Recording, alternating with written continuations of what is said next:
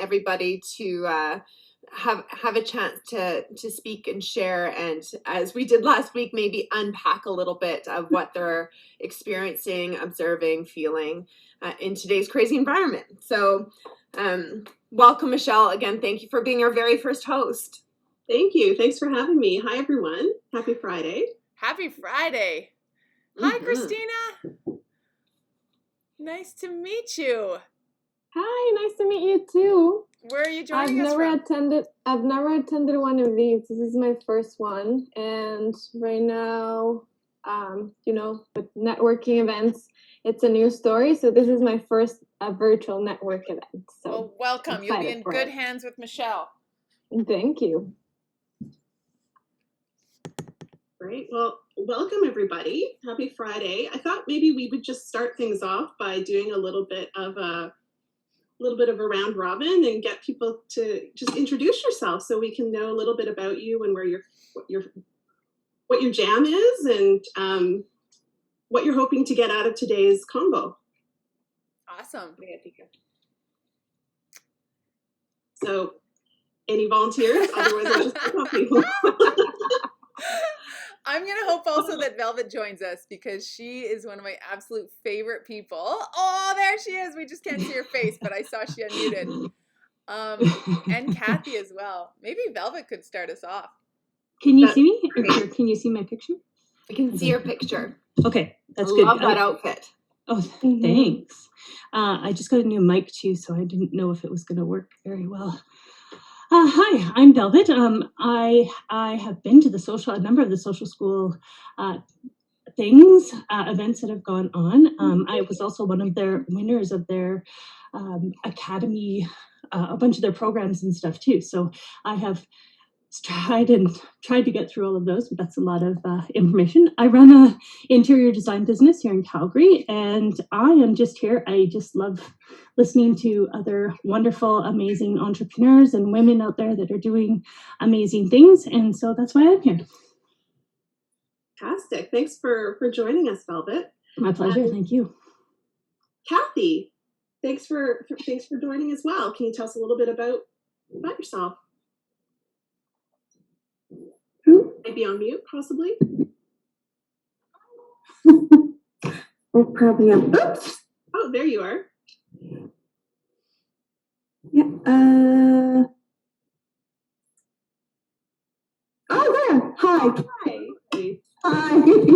Sorry, sinus migraines this morning. I need my cardamom tea just like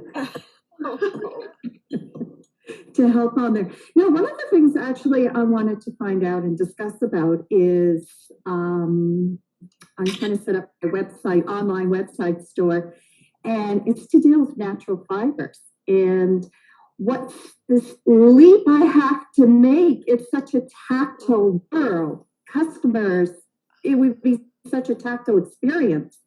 And making that leap, putting it tactile into just visual, just virtual, and at a distance. It's like three big whammies against me. I wondered if some ideas or some tips, how others have dealt with that. Absolutely, we can dive into that. Thank you, Kathy. Christina, welcome. Hello again. My name is Christina, and I live here in Calgary. I am the membership and marketing director at the Ranchman's Club. Not sure if you're familiar with the Ranchman's Club. It's a private business club here in Calgary. And yeah, as I just said, I've never attended a networking event, a virtual networking event. Not this small anyway, so I like the smaller ones because you get to know each other, and yeah, so basically that's what I'm here for. I'm a team of one in my marketing team, so it's always great to meet other marketing fellows, and yeah, hello. Fantastic. That's great. And I think there are quite a few folks within the social marketplace community who are also teams of one, but the nice thing is that there's community where you can reach out to folks if you've got questions. So outlets like this. So thank you to Kelly and Jen for. Yeah, and one thing that I forgot to mention is that I used to attend the social school sessions that you used to have on Fridays. And I found those really, really helpful. I miss those. So as soon as I saw that this was coming up, I was really excited to join. Awesome. I thought your name looked familiar. Thanks, Christina. Yeah, you're welcome. So why don't we just start things off by, I guess, I'm curious just with how things have evolved over the past little while, past year or so maybe. How's your approach to digital marketing changed, your approach to content, either consuming it or delivering it? Like, have you had to make tweaks to your strategy or to your approach? Yeah, good question. Gosh, and Jen, you've been working with clients, and obviously, Michelle, you're working with clients all the time. Christina, it sounds like you're sort of working with one solo organization, and obviously Velvet and Kathy too. But I love the, just the shift that we've seen to online. Back to Kathy's question is so interesting because how do you, like, if there's one big change for retailers in particular, I suppose it's, that shift to online and then the lack of actual experiences with a product that so many people love. Or do they still need it now that we can try on glasses online on a virtual like AI screen before we buy?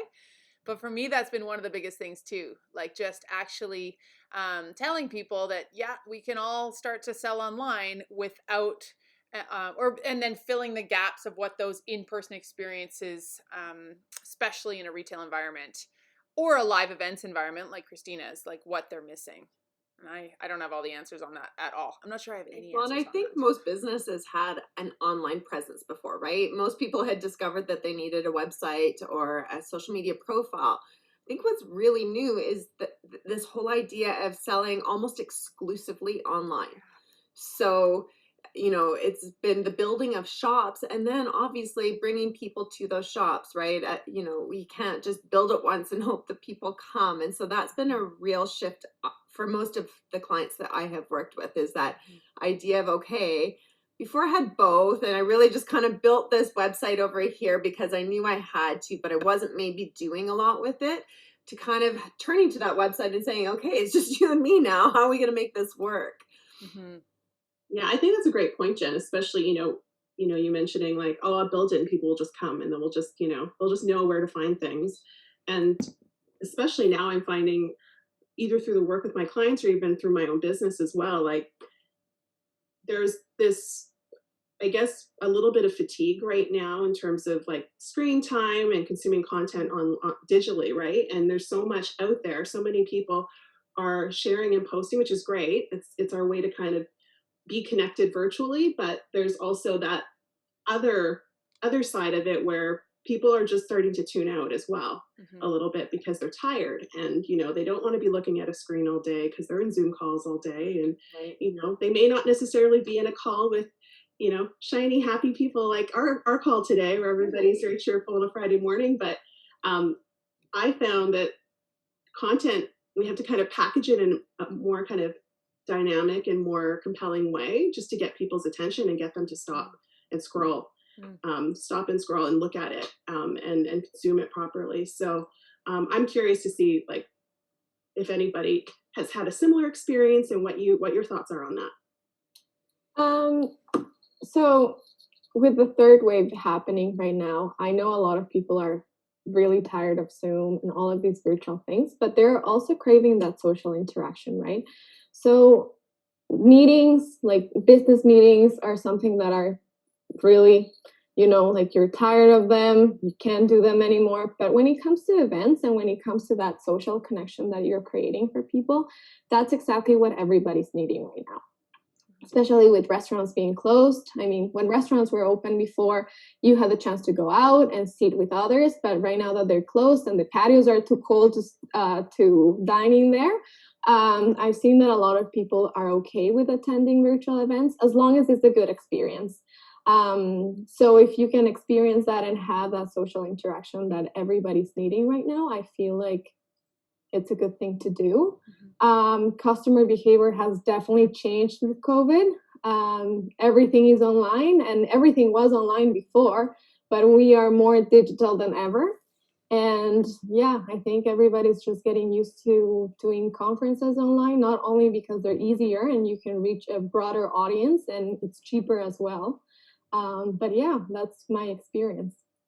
Yeah, I'm curious if anyone has delivered a real, like, virtual experience that went well. How that was served up. So, go ahead. you can go ahead.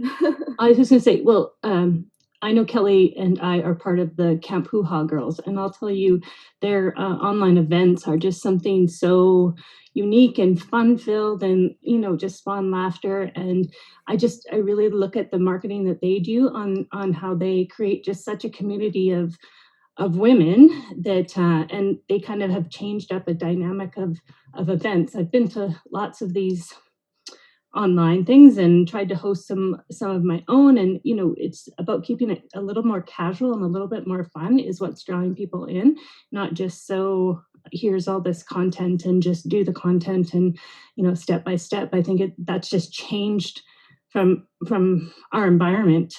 Well, for me, I was never online. I do interior design. I mean, gosh, switching the gears to being able to get to a market with with virtual stuff has been just so challenging and so different, and challenging in a good way, but different for sure.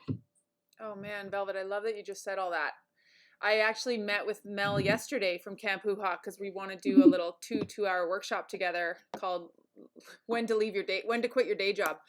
But it very quickly became a conversation about not making it too serious, and we're not in it to run some kind of business incubator for 8 weeks. We just want to plant seeds. And actually I wrote down 3 words: light bulbs, launch pads, and lightning bolts when I was chatting with her, because I was like, what I'm hearing, Mel, from your story that I love and that I resonate with, if I was someone who was percolating on the idea of launching a new business. Hi, Jake. Hi. Welcome. Thanks. Good morning, everyone. Jake. Morning, Jake. Michelle is our host today. We're just, Velvet just mentioned that Camp Hoo Ha does a great job of keeping events light online, and just the fatigue on the very static kind of typical Zoom call or workshop or conference or whatever. And it's so true. I just love that you said that, Velvet, too, because I'm about to run this 30-day website live course. And we have some co-work events built into it on Thursdays where people can just show up and like activate the stuff that they've been learning earlier in the week. But I kind of just want to turn my screen on and just be there. Like I turn into Ace Collective's work. I don't know if anyone's part of Ace class, Mandy Ballick's group of mostly female entrepreneurs. But I love the Tuesday, Thursday co-work session because she just starts her screen. We're all just present, kind of like this, but you mute yourself and you have her music on or your own music on, and you're not alone anymore when you're just working away, It's pretty cool. Well, that's why I wanted to come on today. I was like, I just thought it was a coffee date with all of us. So it was like, yeah, I'm in. Let's just sit and pretend like there's somebody else in my office with me. Totally. And tune in or tune out or mute yourself or not. Yeah, I know. I love that. Yeah, I think for virtual events, they're a dime a dozen right now, and there's a lot that are kind of vying for our attention. And I've been to, in terms of actual conferences, 3 or 4 over the past, I'd say 6 months, which, on one hand, it's really great to connect with people virtually, but it's a time out of your calendar as well. It's time that you're taking out of, your busy week. And so you want to make sure what you're committing time to is really going to be worth your while. And so I've been fortunate to have gone to a few of these virtual events that have been really well run and well executed. And one of the things I found for a common thread between all of them was that it wasn't just the experience that was happening on the Zoom call or on the virtual platform. It was also all of the other kind of goodies that they sprinkled around elsewhere, whether it was activations where they literally send something to your doorstep that's part of the experience. So you're actually like a conference attendee, or it's activations on social media. One of my clients that I work with did a virtual conference, a global virtual conference. And it was fun how we got to put together content for Instagram stories, for example.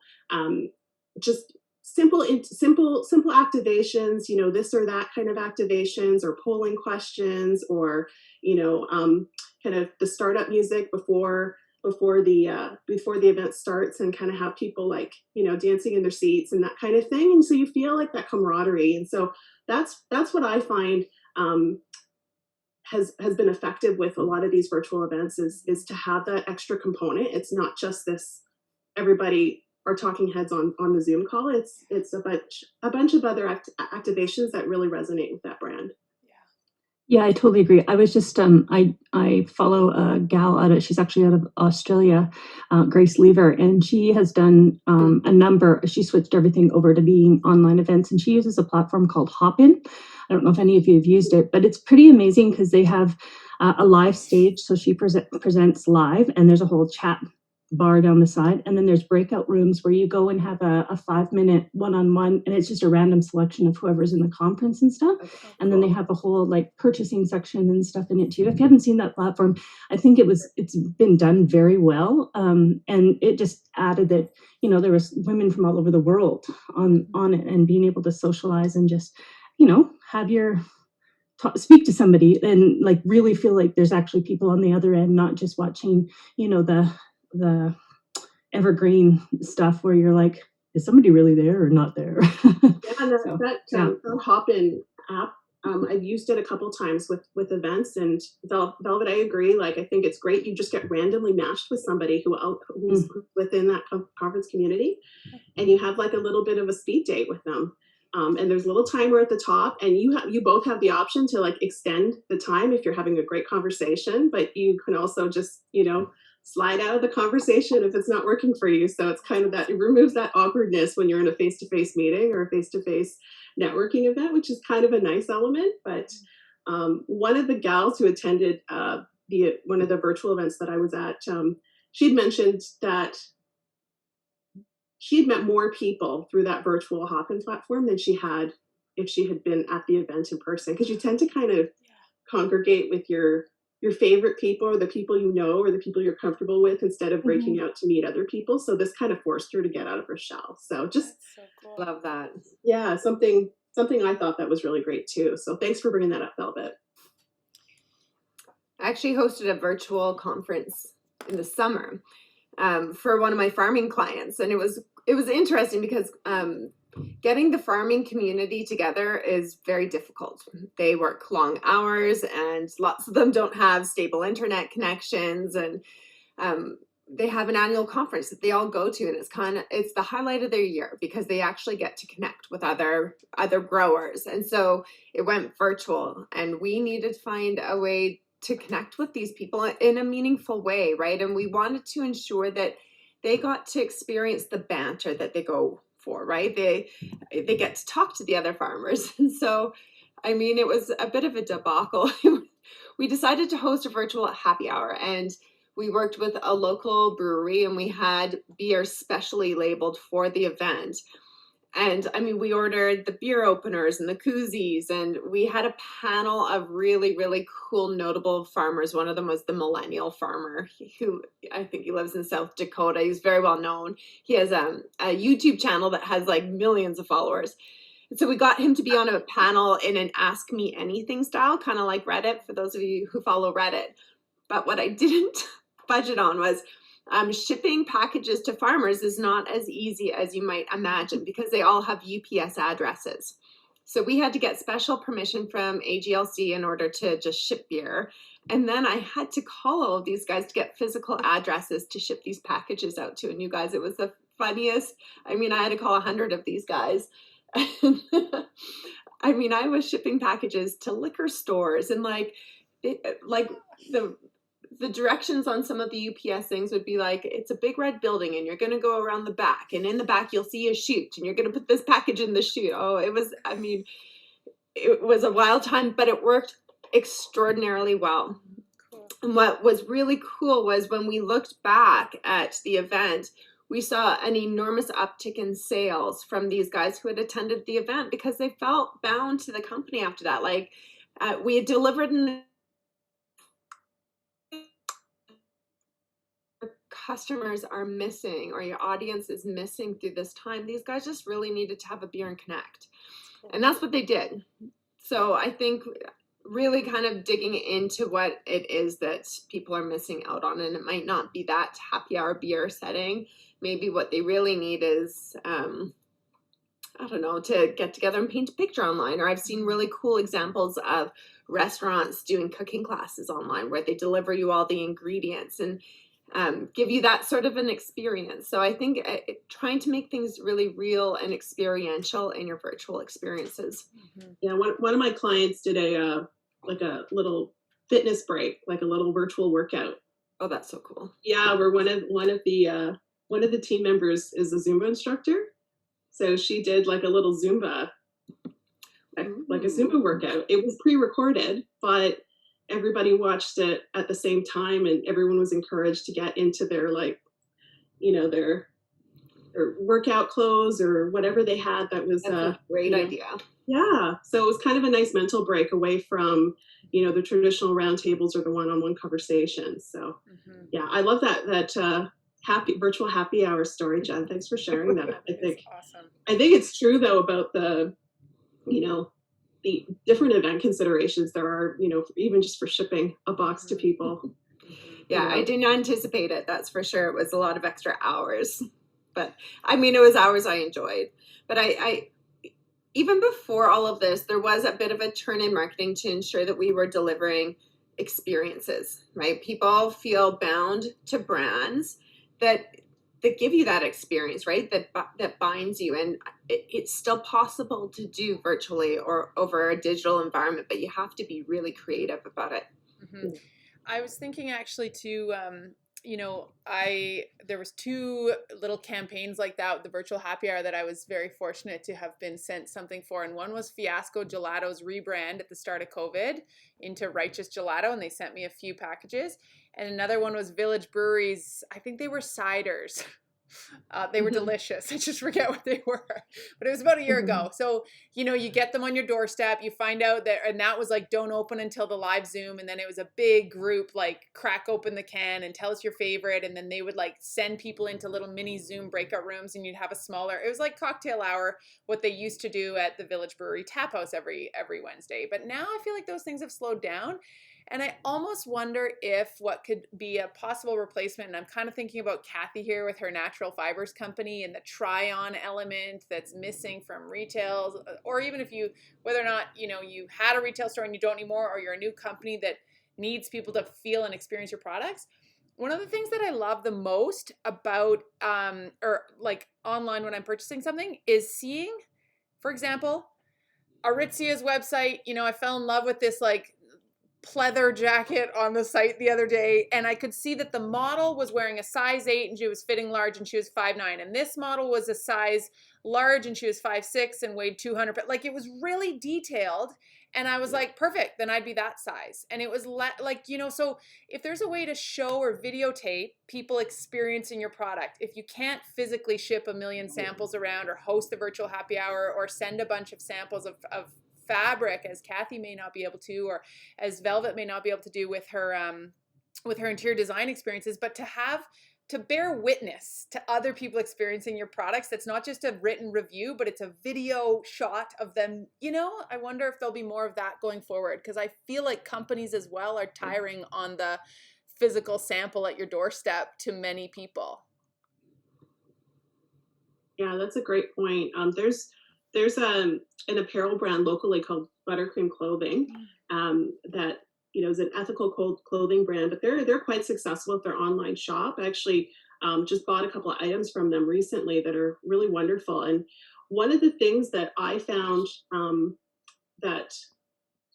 effective in their marketing was that they had a very diverse range of models wearing their clothing in their on their social media, on their website.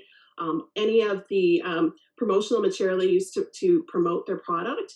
And, it was different skin tones, different ethnicities, but also different body types. And, they have a section on their website that is basically just, it gives different examples of proportions and sizes, and so people can relate and say, okay, I can relate to that particular model on that page. Like, we're about the same size, and she wears this size, or she wears this cut. And, you know, when I was ordering the clothing, because I didn't have a chance to go there and try it on because they actually don't have a storefront. And so that was the thing that I found really effective to get that experience without having to be face to face or having to actually touch the product. That's awesome.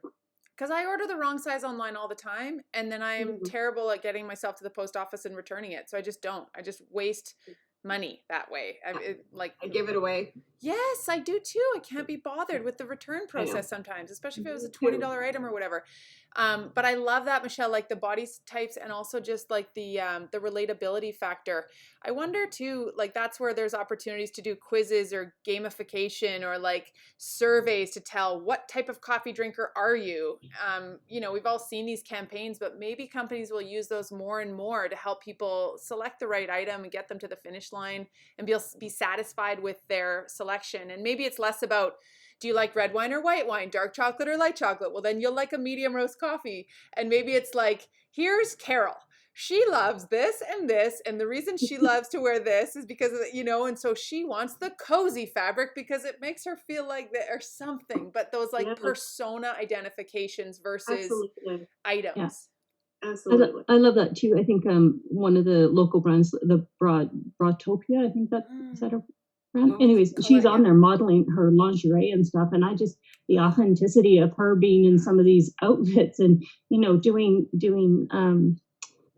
the stories like Facebook stories and stuff where she's trying on the product that's there, and it just makes you feel like you're part of that brand, and it's like, oh, good on you, girl. Like, were you so used to seeing you know these amazing models and model bodies and such, and when you see the authenticity of an owner going, here's what I sell, and trying those products and stuff on, I think that makes us just feel more a part of the brand for sure.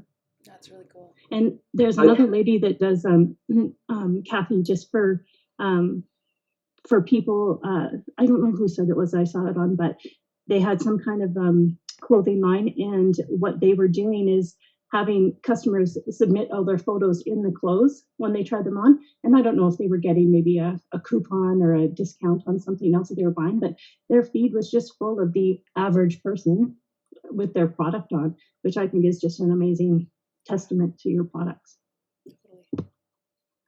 And I think that being relatable, that's a huge component of it. You know, especially if you're new to a brand as well. Like if you haven't experienced their brand in person at a storefront, or you haven't yet bought one of their products, you haven't yet consumed one of their beverages or one of their food products, that, you know, you want to, as a brand, and I know I work with my clients on this all the time, is building those target personas, those buyer personas, you know, so you really understand, you know, who you're trying to reach, and you paint that picture of your ideal client or customer, and you know their needs and their wants, but their aspirations as well, like what they want to do, where they're coming from, how do they spend their time, who they spend their time with. And that's really a guidepost to creating content that's meaningful and you know, inspires that person to engage with the brand and to tell their friends. Totally. So is there anything with regards to, I guess, storytelling and content that you've come across in your work with clients, or also as somebody who consumes content as well? Like, is there something that kind of stands out to you where someone has, I guess, taken some content that might be, I don't know, 2 years old, 6 months old, 5 years old, and given it new life, where you've seen it kind of upcycled into something new that's meaningful for you? Good Does anyone question, come Michelle. across that?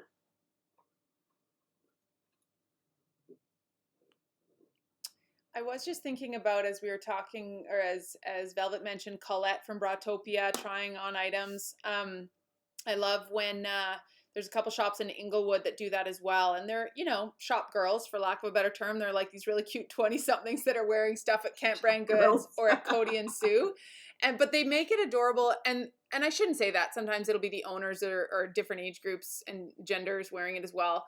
But it sure does make you want to buy. Plant does that too. And that's not necessarily upcycling or recycling. However, it just makes me think, like, why don't I do that? Show people using my product every day. Just pick a candle off the shelf. But for me, it'd be a slide deck, which feels really lame. And like show it in use, but like, you know, the product of the day almost. Because when Plant does that, that particular plant is literally sold out within an hour. Or it makes you like put an order online for Cody and Sue because they've got these really cute size 9 boots that are on sale. And I will say, just to, you know, tick the box of the recycled content, with Cody and Sue, because they have a consignment section in their retail shop, or it could just be older inventory that hasn't sold, but we wouldn't know any different. That they then, you know, really push that on stories for a day, and then it's in their online shop. And they've both got an online store that they do really well with. Ingrid has, I think, really great online sales, which is wonderful since retail has been suffering. And then she also does auctions every once in a while, and it's super cool. She'll take like 20 products that obviously have been in the shop for a while, and she'll auction them off. And then it's just fun and different, you know? You get the e-newsletter about it, you get a reminder about it, you can bid on an item, and then maybe you got it and you check back. It just changes it up a bit too. So I love those two tactics. Showcasing products on stories daily, and then also making it so that there's a bit of urgency around the sale with an auction or some kind of like incentive. I think it creates an intimacy too. Like, when we think about what we're missing with those interactions, so much of it is the interaction with the person or those little conversations that happen on the side. And so I think that when you are creating, it's because it's more than inviting them in, it's making somebody feel like they're in it, like they can see that plant on their shelf because you've showcased it, and it almost feels conversational, right? It's kind of next level when you start doing that. And so I think we need to dive a little bit deeper, or just be a little bit more intimate in those experiences. I don't know, what do you guys think? What Kelly was saying with the idea of showcasing what you're selling at the store and that it sells out right after, I'm not going to say fall for it, but I fall for it all the time. Like I follow Crossroads Market where I shop on the weekends. And each week they showcase 2 or 3 different customers. And this morning I saw on their Instagram feed that the butcher I go to has giant chicken wings on sale this weekend. I'm going to buy some because I saw it advertised. So I follow places I shop to see what they promote, or what they have on special that week. And I'll totally buy it. So maybe we're fatigued with our own habits too, right? We're so stuck in Groundhog Day that we're making the same meals and we're wearing the same clothes and we're going through the same routine. And so maybe even like showcasing those chicken wings, you're like, oh, right, I forgot that I love chicken wings because I'm just in this pattern, right? So it's maybe breaking the pattern too. Christina, I'm like dying to hear more about the Ranchman Club, because it must be very difficult for you to replicate the experiences that were delivered in person now with your clientele. So I'm curious to know what you're doing. Yes, so it was really, really difficult at the beginning because we're a really traditional club. But I mean, we have pivoted as all of the businesses, and we've done, I believe, over 40 virtual events this year. And they've all been a hit. Things from cooking classes to virtual tastings. We're now organizing a virtual gala because we're celebrating our 130th anniversary. Wow. So we've done lots of virtual events. People love them. One thing that we try to do is that we keep them to no more than 20 people, just so we get that intimacy that you were talking about. People like to be heard. They like to engage in these conversations. We've been even doing like speaker events where we have like top speakers come in and do presentations, and that's virtual as well. That's during the lunch hour as well. So just trying to see what kind of events work best for everybody's schedule. So we know that fun events have to happen like after work. We know that educational events are better either in the morning or during lunch. So just playing with that scene and learning your customers and learning what they like. It's been interesting. So yeah. Christina, have you gotten ideas for those virtual events from the members themselves, or was there like, what was kind of the inspiration for some of them? Because that's wonderful that they're still like, folks are still very engaged to go to 40 events, like, because there's a lot happening right now and people have a lot happening in their homes and whatnot. So, kudos to you for engaging in that community. Thank you. So our events are really different. we did have a series of wine tastings that was quite similar, but other than that, they are all different. So every experience is different, and if you already joined a virtual event, you want to join the next one because it's not going to be the same. So that's something that has helped us. And then our members do give us the ideas, but we do have a great team that's really creative and it's willing to step up and do whatever they need to do. Our wine guy at the club is actually really traditional, and he's been in the club for almost 15 years. And he had his first virtual experience, and he was really like, I don't think I like virtual, like I like my in-person experience. I like to touch them and to talk to them and show them my wines. And then once we started doing the first virtual tasting, everybody was so happy and just so happy to see other people, right? So yeah, everything started going well. And then later when schools closed, we started also doing some family targeted events so that we can also involve the kids. That's because one thing that we were seeing was that some people were not joining because they didn't know what to do with the kids. So all of our cooking classes, for example, have a little kit for kids as well, whether that's like a cookie decorating kit or something that they have to do or they can do while their parents are having fun. That's awesome. So yeah. You're just making me think about seasonal, sorry, Michelle, seasonal change, like how with spring and COVID summer #2 coming up here, that we can adjust our live events to be more outdoors, or like, I don't know, I'm out of ideas, or I just haven't put much thought to summer campaigns that are specifically for live events or kind of virtual experiences Pop-ups. where, yeah. I think you do pop-ups with those, like obviously 10 people or less, but obviously digital marketing to really drive to them. Yeah, like there's nothing stopping that. Whenever I walk to East Village, there's like East Village and the CMLC, they do a great job of setting up, like, there's the live fire pit, or there'll be the, I don't know, picnic tables at least. Like there's definitely outdoor stuff happening. And so there may not be summer festivals, but maybe we need to take it into our own hands a little bit and not rely on the Lilac Fest and the Folk Fest or Sun Fest to like give us airtime, and just go set up a little sign. Is that allowed? Experience my products. People passing by, and just spray them down after, like as if you're in a retail store, but outside. I feel like there's more leeway than ever. Like just be creative with it this year. Going to your point about outdoor activations, Kelly, I didn't attend this virtual event, but I saw that pop up in my feed from Rocky Mountain Soap Company. This was, I think it might have been around like National Relaxation Day or one of those hashtag holidays. And what they did was they had one of their team members do an outdoor walk somewhere in the mountains, I'm guessing around Canmore. Cool. And somehow they were able to share that experience virtually with folks, but they encouraged all of their community to go out wherever they were, whether, they were, in a city, at a farm, in their backyard, at a park across the street, to join the person for a walk somewhere outside. And so it was a kind of a cool activation. I would have loved to attend it, but I thought the idea was really cool. That is cool.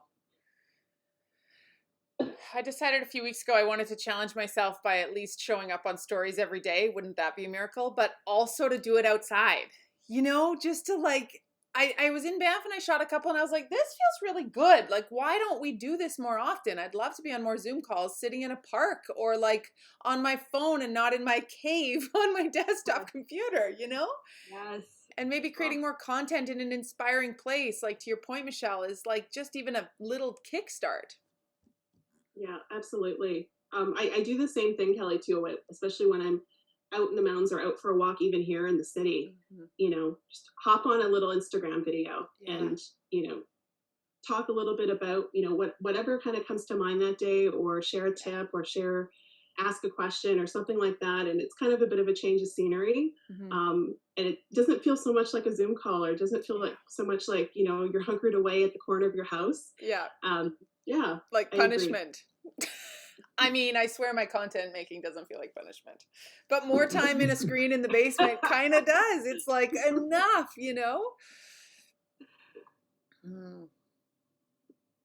make one of these coffee meetups. Encourage us to be outside. That's a Yeah. great That idea. is such a good idea. Oh my gosh. Jake, will you Sounds host it for us? Yes. I could, sure, yeah, I'll do that. It'll Careful be with your really great suggestions. Yeah, that's We'll right. Fill you in. I would be happy to host an outdoor coffee chat. That'd be awesome. Amazing. Watch out, because if you do it in your backyard, we'll all be showing up and never leaving on your beautiful river lot. Oh yeah, well that'll be the background, but yeah. That's awesome.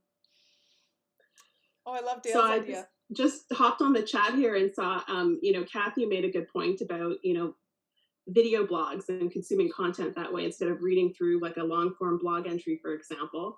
Has anybody found some success with doing a video blog, but using kind of subtitled video or even just like a sequence of different slides with key messages on it? Have you found success that way? As Kathy wrote that, I thought to myself, because my SEO nerd brain just turned on right after, because I completely agree. Consuming something on video and creating something on video is actually less daunting as well, right? But if you can then dictate it or like pull it into rev.com or something to get the transcript and then also post that below the video so that Google can find it, search engines. But also, just then I thought to myself, oh my gosh, Marie Forleo has been doing that for as long as I've followed her. So if anyone knows Marie Forleo's B School, she's like out of New York. I took her program in 2013 to kind of like wrap my head around taking my business online. And she would do these like interview shows every Tuesday. And I swear she's been doing it for a decade religiously. And she's always done exactly that, Michelle. She's had a beautiful like thumbnail image on the homepage. She posts them to YouTube. And then she'll have the title of what that was. And then she'll transcribe the blog below it. So you can do either. You can consume it as a video or you can just read it as text. And man, that must be a nice set of search optimization that she's got after 10 years of doing that. Yeah, she really does do an amazing job of it. And you all often wonder, did she write the script first or is she just that amazing on camera? And then she goes and just like has somebody dictate the Right. writing below or the blog below, because she's just so easy and lighthearted to follow and all that stuff. And you're like, oh, what has she got today? Yeah, you're right. Yeah, and great guests and a beautiful backdrop. I mean, she's got the eye candy going on as well as the content. And the consistency there is pretty impressive because we all know how difficult consistency can be. How about you, Michelle? Sorry. I got a quick question. With doing script with the video, is that something that is very helpful? I've been doing videos, excuse me, for a few weeks now on Tech Tip Tuesday is what I call it. Just different things. I've done tow ropes and charging, boosting your battery, this kind of stuff like that. So is text helpful? I mean, I've got people watching the videos and stuff like that, but is it beneficial to have a text with it as well? Just a question. So can I answer that as a consumer? I love to watch the video and read the text and not have the volume on. Because if I'm out somewhere and I just flip my phone, like waiting at the dentist or whatever, I love to read the text. But I'll watch your face. I'll watch you speaking it. But I like having that text below. Me too. So do you have the text? Is this where the text goes along with the video at the same time? Or, okay, this is information I need. Yeah, I would say yes, where it's, what is like it a called? subtitle. Like subtitles, thank you, yes. Okay. Like closed captions at the bottom. Yeah. How do I find that I can work it on my phone? I don't do this stuff on my computer. I've been trying to keep Facebook and Instagram off my laptop and keep it confined to my phone. So where do I find a program that will do that? Facebook will automatically add the closed captions to your videos. If you're uploading them like to your page or creating an ad from them, I'd have to search for where the option is. But I know Facebook will automatically add closed captions. Sometimes the spelling doesn't come out perfect, but yeah. I also just had to look in my tools here, and it's being accidentally added to the screen recording. But Happy Scribe does video captioning and transcribing. And Rev.com does resizing, subtitling. The nice thing about those AI subtitles, I'll say Happy Scribe in the chat as well, is that if you get it through AI, which is standard in a lot of these apps now, and it might be a $20 a month subscription, but Dale, if you can like batch a few, and or if it's important enough to you, like I totally agree with Jake. I love what Facebook will do, but I find that only decent for, unless Jake, do you then like export the video after Facebook's transcribed it for you? Or sorry, subtitled No, it? I'll upload the video into Facebook and have Facebook's tool add the closed captioning. And then do you export that video after it's been closed captioned so you could use it on other platforms? No, I just use it in Facebook. Right. So the thing I love about Happy Scribe and Rev is that it'll listen to your video, it'll add subtitles, and then it'll push the text in one big long text doc on the side, and you can edit it for spelling and grammar really quickly. Just give it a once over. Then your subtitles will be correct, and you can export the text file or the transcription and turn it into a blog post or social content, and you've got all these little one-liners.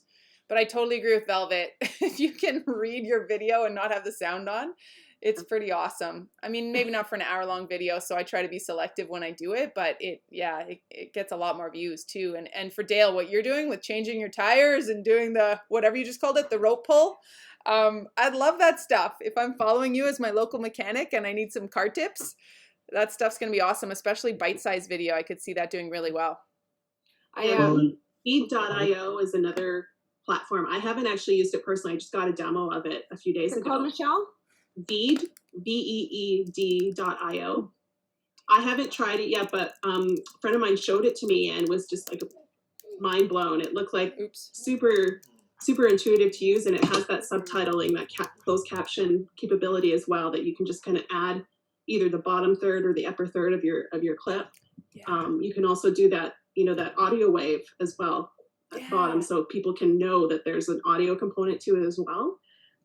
As a consumer, just to Velvet's point about how you consume video, one of the things that I find helpful too, having the subtitles, is, I have a little one, it's almost 2, and, running around, and sometimes, if I have audio on, she just wants to go on the phone and look at it with me, versus if I'm just like reading it on my screen, then maybe she won't even notice that I'm taking a look at a quick video. And so it's kind of nice to have that, a little bit of that flexibility. One of my clients right now, working with them to convert some of their webinars into audio clips, almost like podcast style, where you have like a visual on your Instagram post or, whatever channel you're using. So you know who's speaking, what the topic is, but all you see is that little bouncy ball of that audio wave. So people can consume that clip, and it works well when you don't have a compelling visual to show, because the compelling visual to show is a bunch of talking heads on a Zoom call, right? So, it's kind of a nice way to kind of, I don't know, feel like a bit of a podcast, but it's not a podcast. Mm-hmm. Yeah. Yeah. And one thing too you can do, I think, with a lot of those subtitling tools is just pick out the like one-liners if you want. You don't have to have the entire thing, Dale, sometimes too. Like if you just want to like call out where you're saying like, change your tires now, but you're talking for 2 minutes, you can just like really make that text, pop. Or edit the text. We should ask Tyler to weigh in, because he's the video king. This is literally like his video content for clients in Saskatoon is globally head turning. But he doesn't know how to use audio on a Zoom call yet.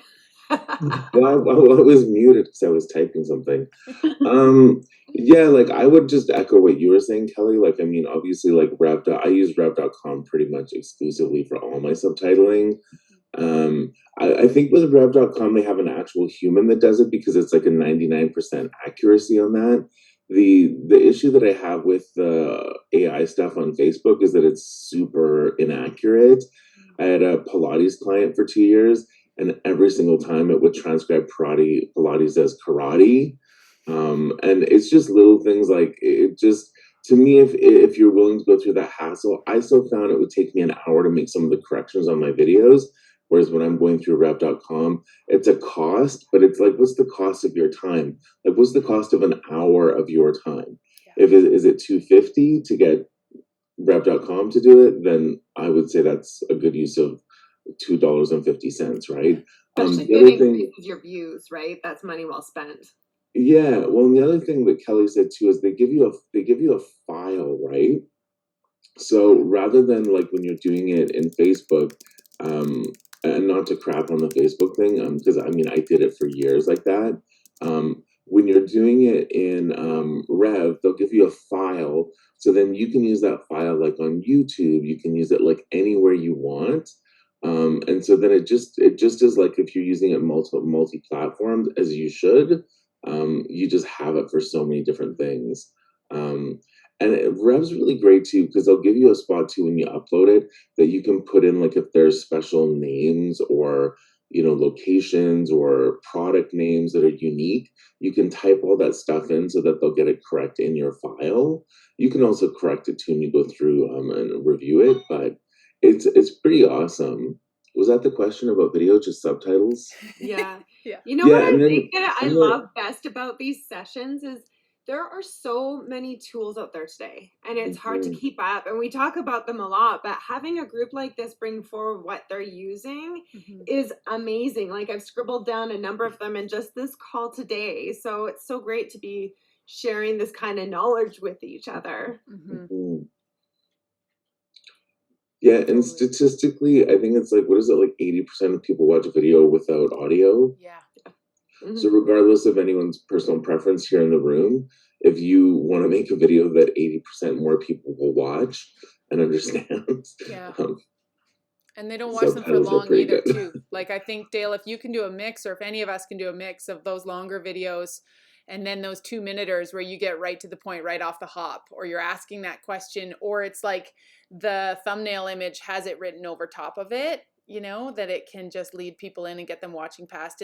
And what is it too? Like if you're posting something to your Instagram feed and it turns into an IGTV, or you have it there and you preview it to your feed, you only get, I totally should know this and I forget, but like 10 seconds of watching on the feed before it encourages you now to go to IGTV. It used to be like 60 seconds of a preview, and now I feel like it's gotten That's shorter. right. But anyway, if you don't get to the point in that first 10 seconds, no one's clipping through to your IGTV to watch the whole thing.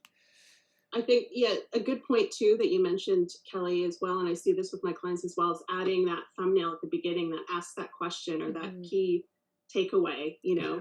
5 ways to do X, or, Yeah. 3 tips for this, or asking a question like how to do XYZ. Yeah. And so people know right off the bat and they don't scroll past it because they're like, I need an answer to that question. And I So have to tell me say, more. this is the point where I get really overwhelmed because I'm like, oh God. So then I have to first create that thumbnail in Canva, and I got to do it horizontally and vertically for stories as well as my YouTube. And then I have to film it, and then I have to like edit it, transcribe it, maybe resize it in a different tool. And then it just becomes this whole thing. But I really think like once those processes and those tools are determined and you get support on like someone, yes, you should do 3 of those a week, and you're going to use this tool, and this tool, and there's your process, and you set up those templates in advance, it does become doable. But does anyone have as much struggle with that as I do, where it becomes that whole, all those other pieces to make it polished or even half decent or publishable on other platforms is where you hit a wall? Yeah, I can relate to that totally. I think one of the ways I try to approach that as well is just trying not to be on every platform. Mm-hmm. So pick 1 or 2 that really work well for your audience or for your brand and stick to those and start there. And then if you have time for the others, that's gravy. And that's kind of how I try to approach it, for me and also for my clients. Because especially if you've got like a long form blog post or a huge video that you can slice and dice into like 5 or 6 different clips, Mm-hmm. Multiply that by however many channels you're on. It's a lot, right? Totally. But the other, the flip side of that is you have all of this great content that you can kind of drip and trickle throughout like the Totally. course of a Yeah. year or 2 years. And you can revisit it at different times. So the Mhm. time that you spend doing that, legwork up front, will pay off as you go, especially during those busy times when you don't have time to create stuff from scratch and you can just kind of draw from your Yeah. upcycled content and like Yeah. add that into the mix. I love that. I want to be really respectful of everyone's time. I know we have days to get to. We're kind of approaching 11 o'clock here. I wonder if people want to close with a thought or an idea or something before we sign off. Kathy's got a great question in there. And how is it 11 already? Sorry, Jake, go ahead. Oh, I was just gonna say I'll look forward to hosting an outdoor one of these coffee chats in the near future. Yeah. Thank you. We will be in touch. Okay.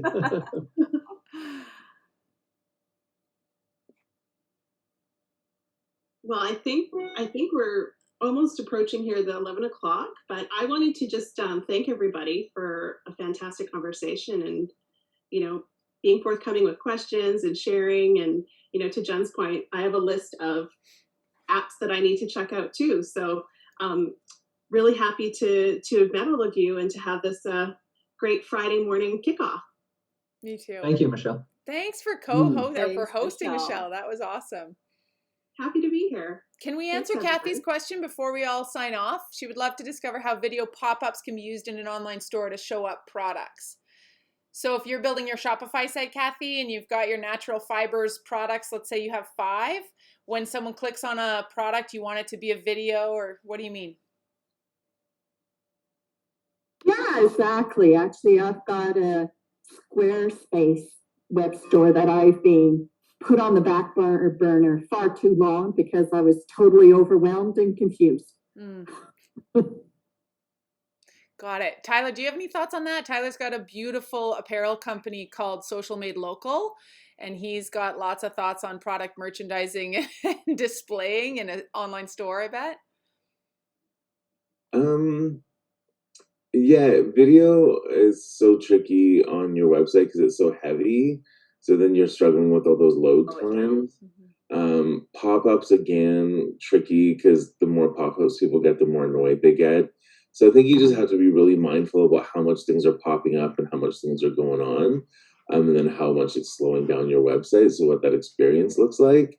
And a lot of those pieces, like, you can be using them on social to get people onto the website. Once they're there, you can be using different tactics. But yeah, just depends.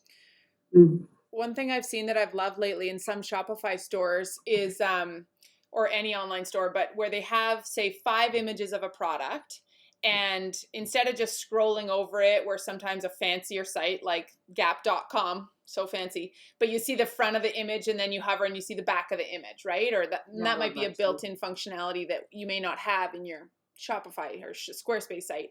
But what you can do is take 5 images of a product being worn, or even 3, and load them into jiffy.com. It's pretty simple. And then you can create a GIF, and usually you can load up a GIF, which is a looping, low resolution, soundless video. You can load the GIF instead of a photo as your main product image, Kathy, so that people would see it moving. Like I saw one the other day for this toothpaste thing that gets the toothpaste out of the jar or the tube. And it was like 6 probably images stop motion that had been kind of jammed together as a looping GIF in jiffy.com. And it's pretty basic. Like, it's not too difficult. You can choose if you want it to be a 5-second looping GIF or a 15-second, and then export it as an MP4 or as a GIF file, and then it should hopefully be loadable instead of an image. Does that make sense?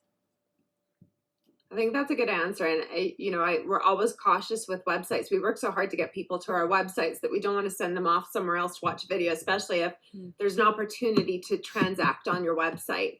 Yeah. So I like Kelly's idea of at least having some motion on there that's not going to Tyler's point, slow down your site, because let me tell you, Squarespace hates video. So I think that's a really great solution, is utilizing a Giphy, a Jiffy, however you want to call it. The eternal debate. Giphy or Jiffy, as you were saying that, Kelly, I'm like, is that how you say it? I don't know. I sometimes flip-flop, and then the girls in my office last year would be like, but I thought you decided that it was GIF, and we decided it was GIF, and I'd be like, I don't remember, so I'm changing. I'm on a different team this year. How passionate people are about this debate, right? I think that's why I like it so much, because I like pissing people off. So, why don't we end on that note? Yeah. Raise if you're Giphy or Jiffy. So Giphy, raise your hand. Giphy. Are you? Jiffy. I think it's a Giphy, but I like saying Jiffy better. Me too. I like it. When I think of Jiffy, I think of peanut butter. Oh, But I don't usually say Jiffy. I usually just say GIF. No, GIF. I don't know what I say. See, now I've forgotten. Potato, right? It's my accent coming through. All right. Thanks, everyone. Yes, thank you for joining, everyone. Thanks Thank again, you. Michelle. Nice to meet you. Thanks, Michelle. We'll Really see you all fun. soon. Thank you. Happy Friday, Bye. everyone. Happy Friday. Bye. Bye. Happy Friday.